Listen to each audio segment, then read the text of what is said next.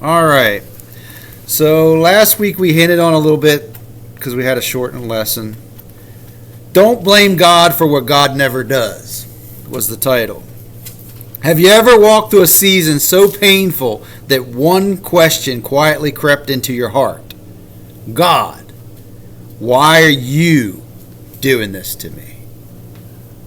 If we're honest, we all say that at least once in a while, and we got to realize that God's not doing it to us.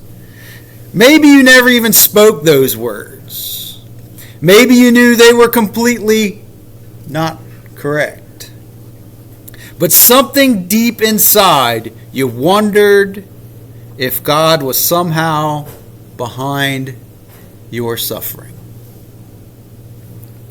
Perhaps someone even in the way they spoke to you encouraged that statement, reinforced that statement. Maybe you've heard this. God is teaching you by making you sick. Maybe you've heard a version of that. I've heard that quite often. God is putting you through this to humble you. Maybe you've heard a little version of that, or even think a little version of that. God is permitting this destruction because He's trying to build your faith. Maybe you've heard a version of that or feel a version of that. Those statements have been very common in Christian circles. But James says, don't even dare to suggest that that's true. That's what he's talking about in James 1:13 when I read it to you.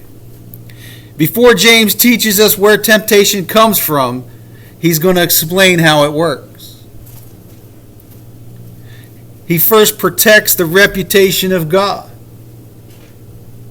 Because if Satan can convince you that God is secretly working against you, he can really mess with us. You'll stop running to the only one who can rescue if Satan starts to convince you that it's God doing this to you. So today's lesson is not primarily about temptation. It's going to be about the character of God and what the difference is between a trial and a temptation. If we misunderstand God's heart, we'll misunderstand everything James is about to say. So keep that in mind. This is an amplified version of James 1:13. I think I read this last week, but I'm not sure. Let no one say when he is tempted, I am being tempted by God. For temptation does not originate from God, but from our own flaws. For God cannot be tempted by what is evil, and He Himself tempts no.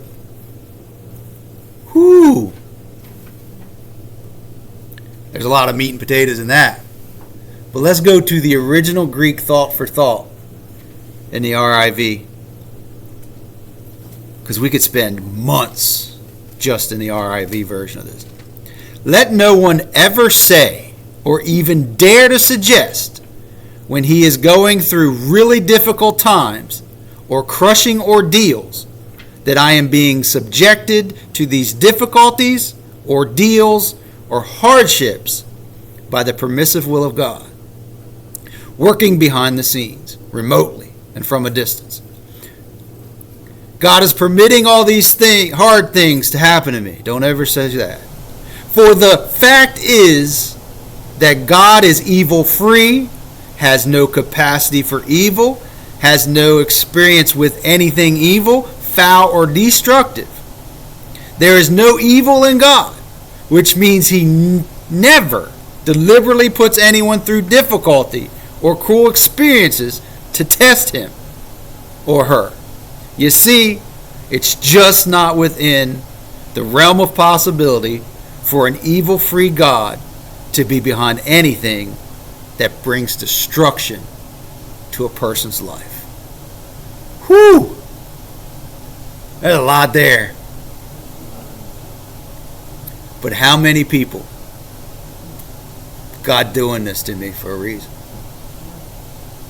And we get twisted on that little thing where we get stuck in Job. I think I mentioned that a little bit last week. We get stuck in Job. Well, Satan asked permission to mess with him, and God said he could do this, that, and the other. That's old covenant. Jesus paid the price. As Mary likes to say, we got the blood of Christ covering us. Job did not. And that's just a very simple explanation for that one.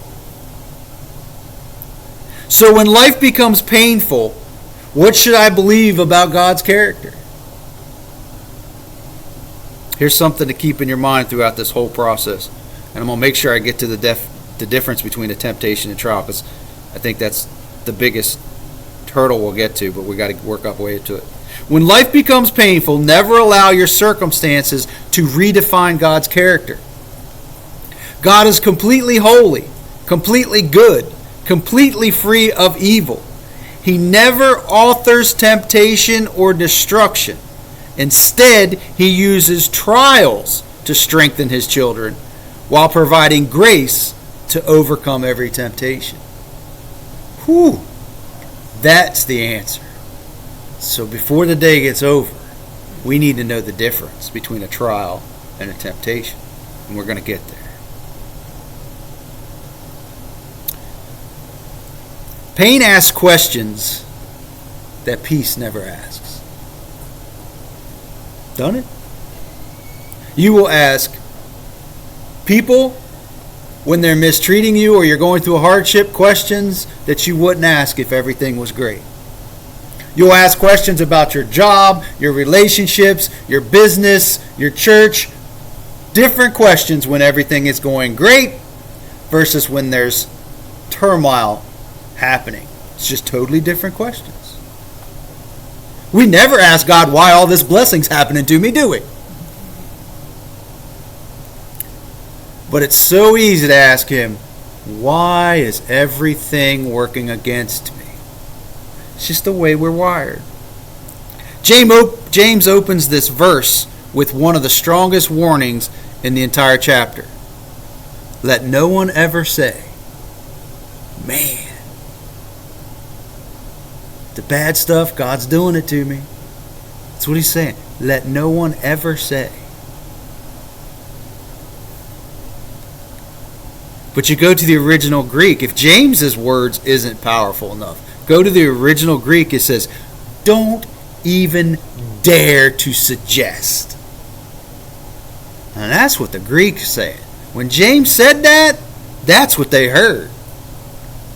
Don't even suggest that God is causing these problems, this hardship, this big picture tragedy in your life. Why would James speak so forcefully? Because he understood and knew that suffering has a way of distorting our theology, the way we think about God, and the way we look at the Bible and what he says. Pain and struggle has a way of distorting it.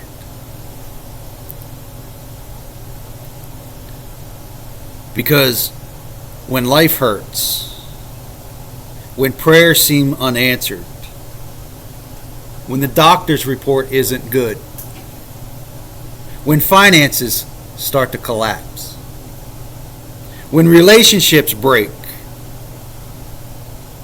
that's when the enemy whispers, God must be doing this to you. That's when he plays in our head.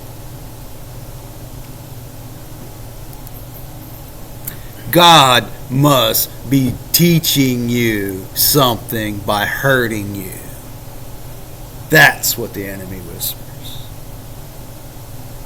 If God loved you, he wouldn't let this happen. That's what the enemy whispers. Those whispers sound convincing because they're spoken in the moment of our greatest weaknesses. We're already beat down by the circumstances. So it's very easy for us to believe, especially if we're taught in certain circles, God's doing this to you. Must be trying to teach you something. And all those phrases we read at the beginning.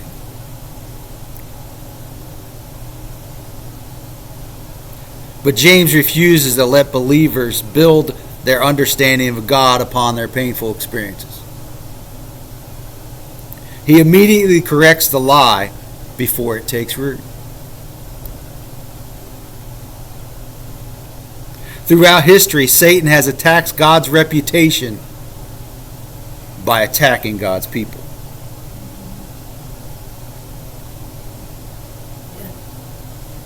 In the Garden of Eden, he questioned God's goodness. Did God really say? He knows. He doesn't really want the best for you. That strategy hasn't changed from the garden. Some of the words, some of the slang for the younger people out there might change a little bit, but it's the same strategy. Today, he simply changes the wording a little bit. If God loved you, if God cared for you, if God was really good. But James says, don't even begin to think that way. Because James is saying, pain is real. We will go through it. He built that up in the beginning of the first 12 verses of the chapter that we've already talked about. It's going to happen. We will have questions, and they are real. He talked about that. If anyone lacks wisdom, ask. The confusion will be real if we're not grounded. He's not denying any of that. But none of those things have permission to rewrite the character of God. He said, remember this. Because your experiences will change. But God never does. The safest place to build your theology is not on today's emotions, but on God's never-changing word. If we build our faith on circumstances, our faith will constantly rise and fall based on those circumstances. If we build our faith upon God's unchanging character, we will stand even when life doesn't make sense.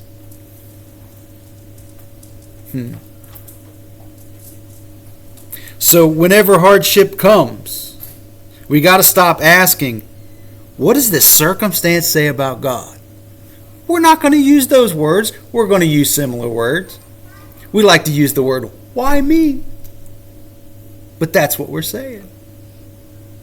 Instead, we got to say, what has God already revealed about himself? And is this from him? Can a good, loving God cause this bad, evil thing, situation? Because we're going to not like it. Allow Scripture, not the suffering, to define the moment. Pain may change your circumstances, but it will never change God. That's a fascinating, fascinating thing. James is laying the foundation. Let's dig into a little bit the differences between a trial and temptation, because I think we get confused on it. The same circumstances can contain both a trial and a temptation, but it can never come from the same source. Trials and temptations can be the same thing, have the same outcome, but they can never have the same source.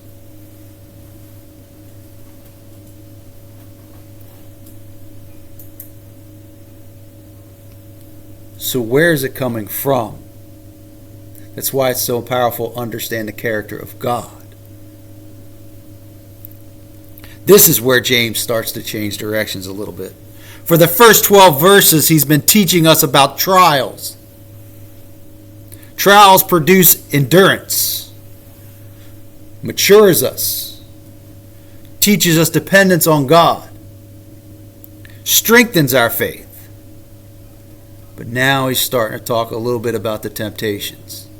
He's laying the foundation for the difference so that when we start to see what he's talking about over the next several chapters, what the difference is. Many believers accidentally blend them together, but they are completely different.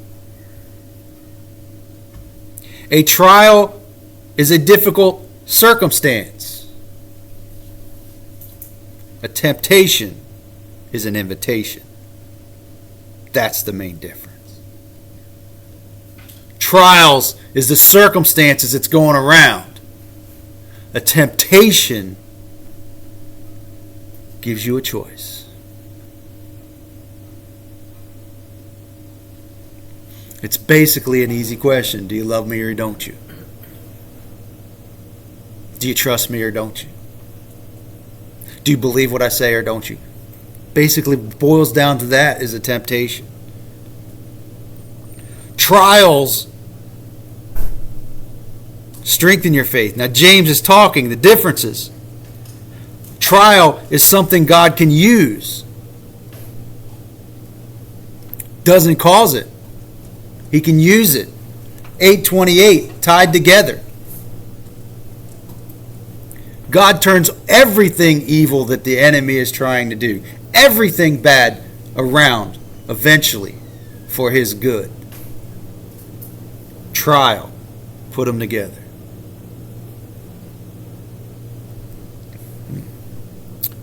A temptation is something Satan uses to exploit us.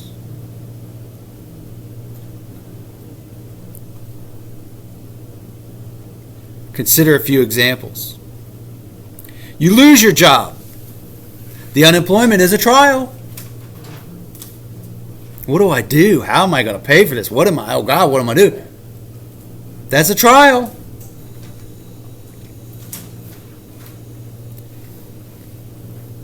The temptation part of that trial is, will I stop trusting God? Do I trust Him to take care of me? Or will I oversee what He wants me to do and try to do it myself? Will I listen to Him for His game plan?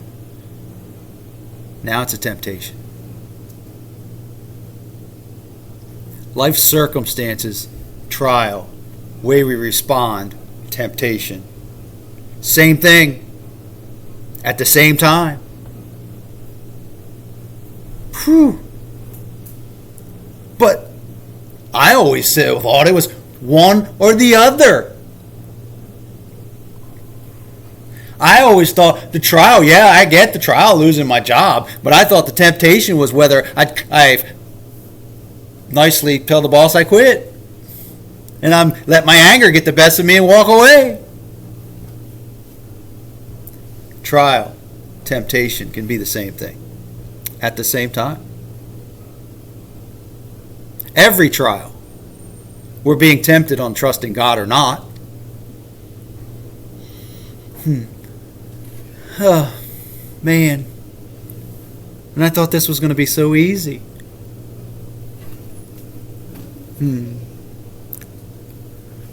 You receive a difficult medical diagnosis. Trial.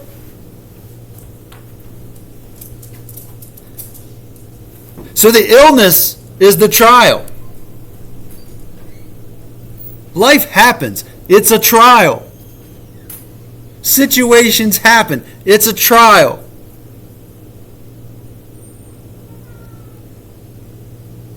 Just one example of the illness. As soon as you get the report, the temptation could be, is it going to be, I'm going to get bitter toward God and people? The temptation could be, am I going to have fear? and not trust God to take care of me and heal me and get me through. The temptation could be, it's hopeless. There's no way. I'm done. I'm doomed. Put me in the ground now because it's over. I give up. The temptation could be, you start actually accusing God of causing you to have a sickness in this scenario. Man. Bad things happen. Trial. How I respond. Temptation. Phew. Let's do one more. Maybe another one, I don't know. Let's say you're in a relationship and it hits a bad spot. Whatever chaos you want to say is happening in your marriage or your relationship is happening. It's a trial. It's a big trial sometimes. So the hardship of that broken relationship is the trial. The temptation is, I'll never forgive you for that. So the temptation is to be unforgiving. Man. The temptation is to have a resentment that you may hold for the whole relationship and never ever let it out. But it's right here. It's that little black spot on your heart that you just can't let go of. The temptation could be, I'm just walking away from God. This is getting too hard. Because if God really loved me, he would fix that person. I don't think that's the way it works, but that's what we say. If God really loved me, he'd change the situation, so I'm just tired, I'm done. That's the temptation. Whew. And if you haven't noticed, the enemy's playing for keeps. And he's doing everything he can to make you walk away from God.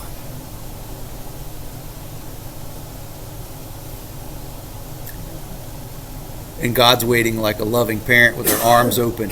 When you touch the stove and it burns your hand, I'm waiting to heal you. But I told you not to touch the stove. I'm not being mean. I'm just telling you.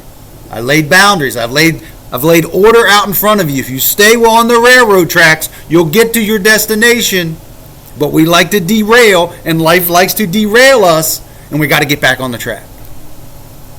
And the enemy is excellent in throwing stuff in our way, obstacles, to stop the train, to get it derailed. Throws everything he can at the tracks, tries to blow up the tracks, take out the bridge so we can't get across. He does everything he can to derail us.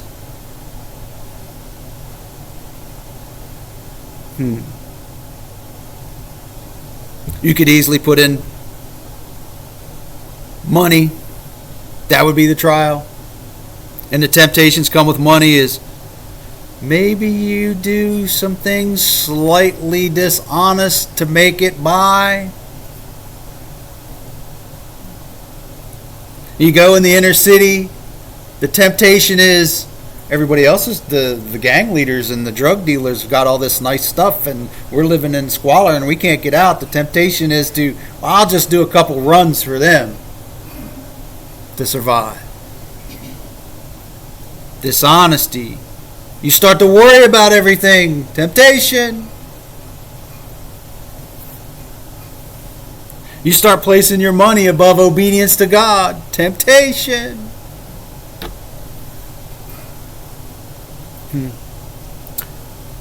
So let's focus on what James is really trying to say in this verse.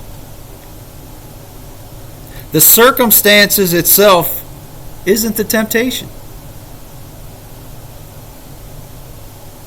The temptation is an invitation to leave God while walking through the circumstances. Whew. You know, I've noticed in my few short years on this earth, there's 2 times that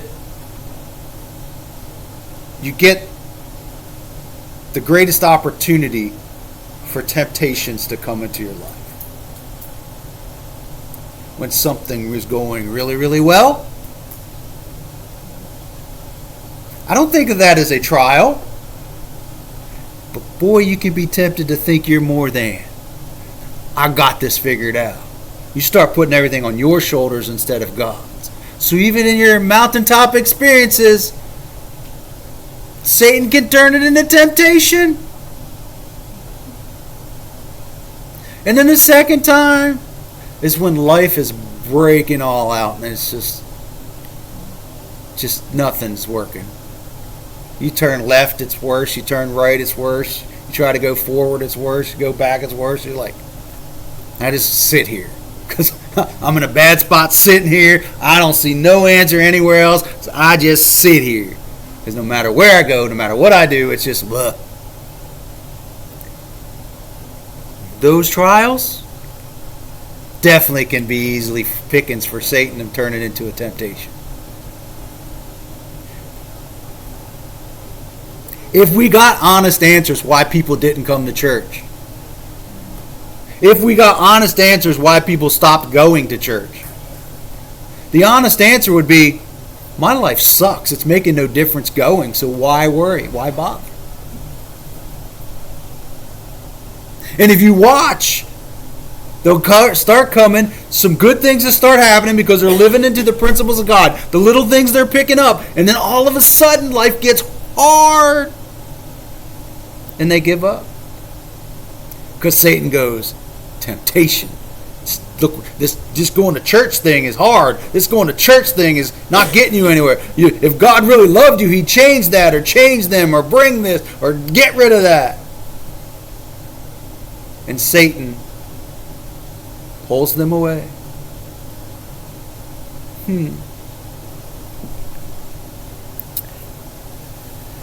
This is why James immediately says, don't say God's tempting you.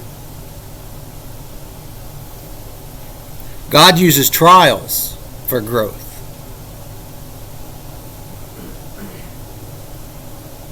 Satan uses temptations for your destruction. Whew.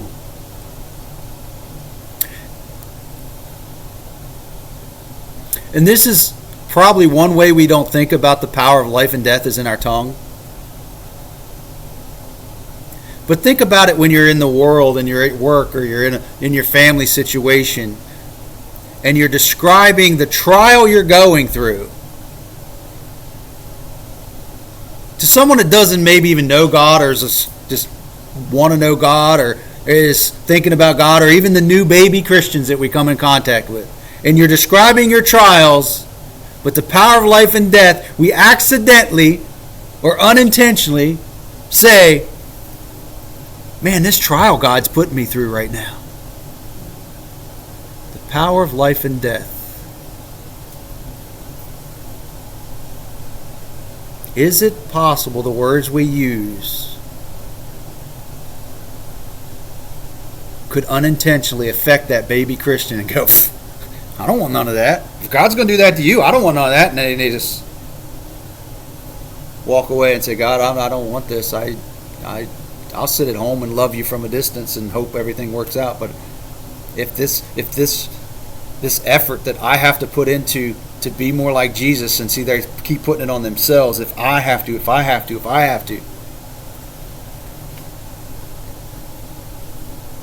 How many times have we unintentionally spoke a religious phrase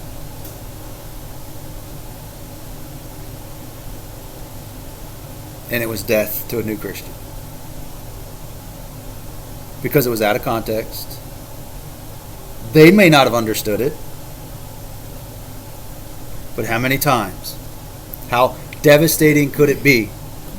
A new Christian going through this. They had an average okay life, so their life wasn't bad, and all of a sudden they become a Christian and trials are thrown at them.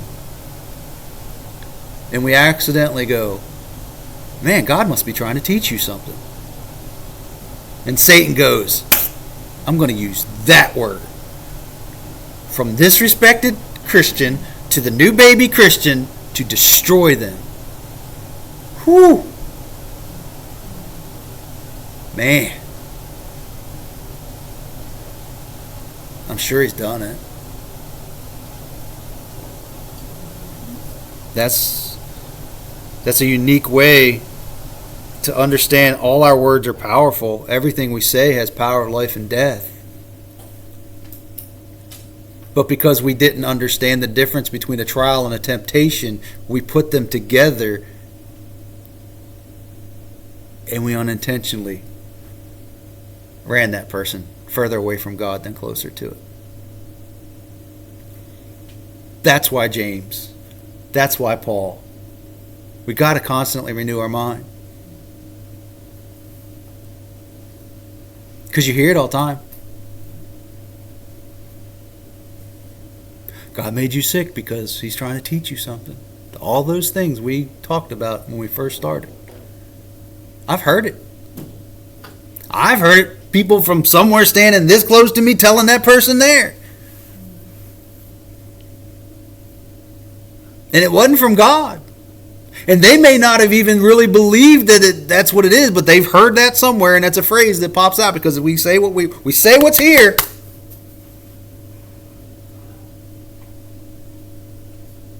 And it may not have been that day. It may have been months or years later down the road as they're still going through their trial. That if God did this to me, I'm not going to trust him to heal me. If God's doing this to me, why should I ask him to heal me? Man, power of life and death. See, did God really say? Satan's doing the same thing. If he can get you to believe God's doing it to you, what right do you have to ask him to heal you? Which is totally against everything the gospel tells us. But the power of life and death in our tongue. How we describe temptations versus trials affects how we think. Who we know God is. If he's the old man upstairs, what's your picture of an old man upstairs? If he's Zeus with the lightning bolt waiting to strike me because I'm a bad person, Satan's winning. Because you won't ask God to help you.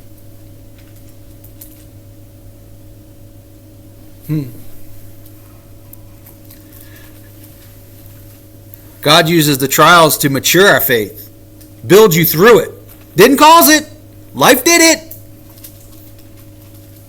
But he's going to help you get through. Satan wants you to abandon your faith. God wants to draw you closer to him.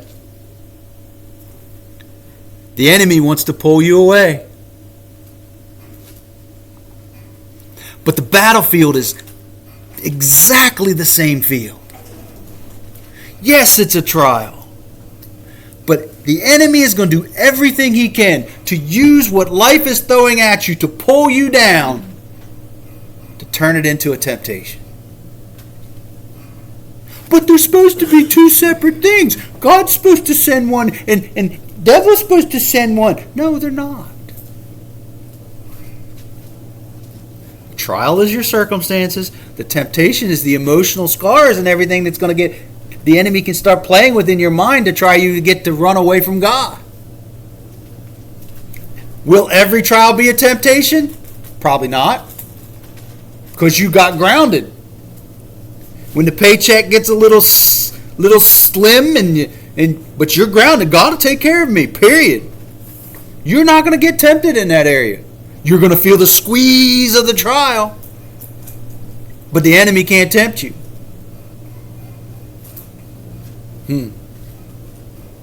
So, if he needs a trial to tempt me,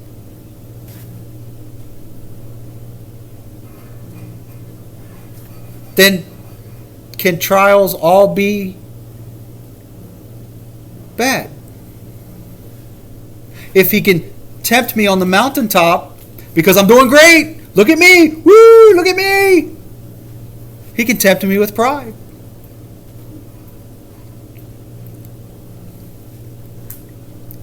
He can tempt me with the new secretary at work that is just as nice as all get out, and you click, and you get emotionally attached to her stronger than you do your wife or your girlfriend or whatever relationship. Satan can start tempting you with that. Phew, change the way we think about God. Purposes are completely opposite of the trial and the temptation. Understanding this changes how we pray, because we'll stop blaming God. We begin asking for wisdom. How do I get out of this, Lord? I know you're not causing it. I know you're not doing it to me.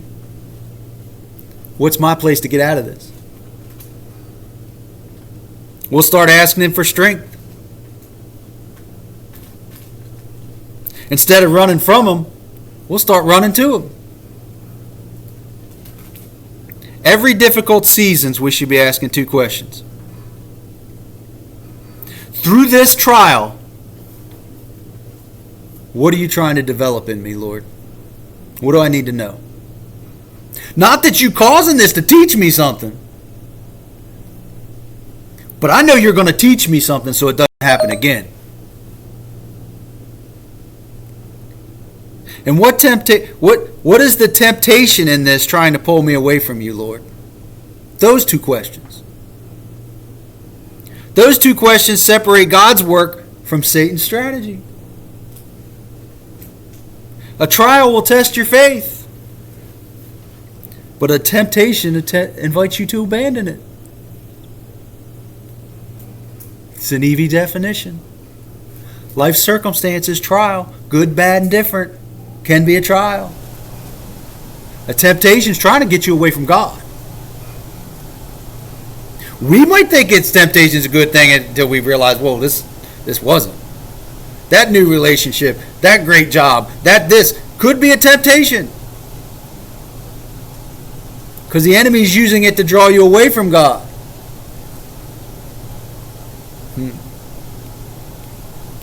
We didn't get done, but we got where we needed to go. Let me go all the way down here. When life becomes painful, what should I believe about God's character? Believe what James describes.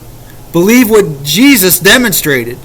Believe what Scripture consistently reveals. Your Heavenly Father is completely good, completely holy, completely free of evil. He never authors temptation. He never delights in destruction. He never works behind the scenes trying to ruin the lives of His children, which are you. So don't get confused about the two. A trial, life stuff that's happening to us is an opportunity if we allow God to mature our faith. A temptation is the enemy's attempt to lure you away from faith. Circumstances could be the exact same, but the source is not. And the purpose is not. And the God who calls you to trust Him is the very God whose perfect character guarantees that He's always working for your ultimate good. Because 8:28 says He's using it for your good. Life's trying to ruin and destroy us. He's trying to turn it around for His good and glory. When life hurts, don't let the pain rewrite the picture of God. You got to run to Him. You got to trust Him. You got to stand on His character. Because the God who is evil free will never stop being faithful God who loves you. Man, if we get those definitions and hold on to them, they'll change the way we think about a lot of things. Trials, all the junk that happened and the circumstances that happen. The temptation is what the enemy's trying to play in our head and get us to walk away from God. And they both could be good things. All trials aren't necessarily just good and bad. They can be both. All temptation, the enemy uses a lot of good stuff to try to tempt you that isn't from God. Doesn't have to be all the bad stuff. If he come in here trying to get me to murder someone, it wouldn't be a temptation to me. But he come in here with a very smooth sounding way to make some money or to meet this or get that. He may be able to slowly start to snooker me in and tempt me. The person comes in your life all of a sudden and it's like, woo, woo, woo. It's like, oh, this is nice. I got attention. I'm getting this. Like, I don't get this from home. I don't get that. And he starts slowly pulling you in. So just ask for wisdom like James, we talked about in the first few verses of James. God, life circumstances are rough. Help me. Lessons I need to know. Strength I need to have. Help me. Oh, no, you don't. That's not from dope. That's dope. Stay back. You're trying to put seeds in my mind that is not of God. Get. That's what we got to do. See you next time.